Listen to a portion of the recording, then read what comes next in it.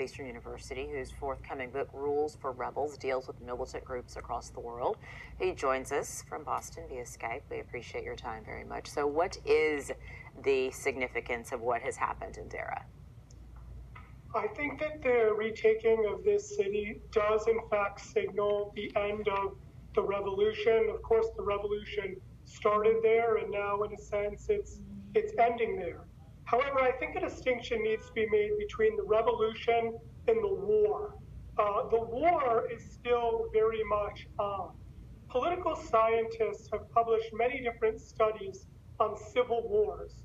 And one thing that they find is that civil wars tend to last a long time, between 7 and 15 years. And that's an average that's been calculated since 1945. But over the past few decades, the length of civil wars on average has gone up even more than that.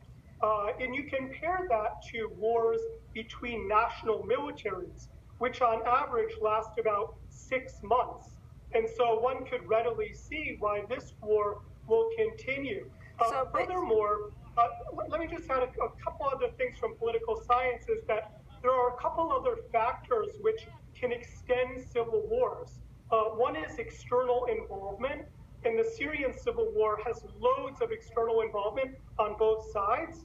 Also, the more factions there are in the civil war, the longer it takes to resolve. And I don't know of a war that's had more factions than the one in Syria. So let me ask you this. You say that the revolution is over, the war is not. So how does the war look then going forward if you say the revolution is effectively over?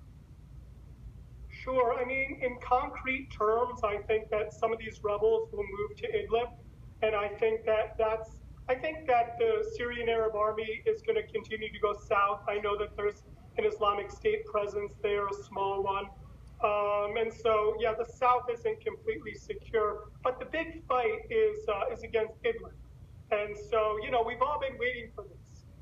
In all of these sort of town takeovers, the rebels, they've either stayed or they've evacuated. And many of them have evacuated to the Idlib area, which also contains some of the more radical elements of the rebel opposition.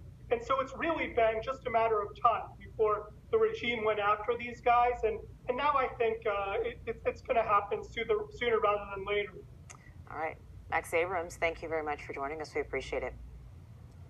Sure. U.S. President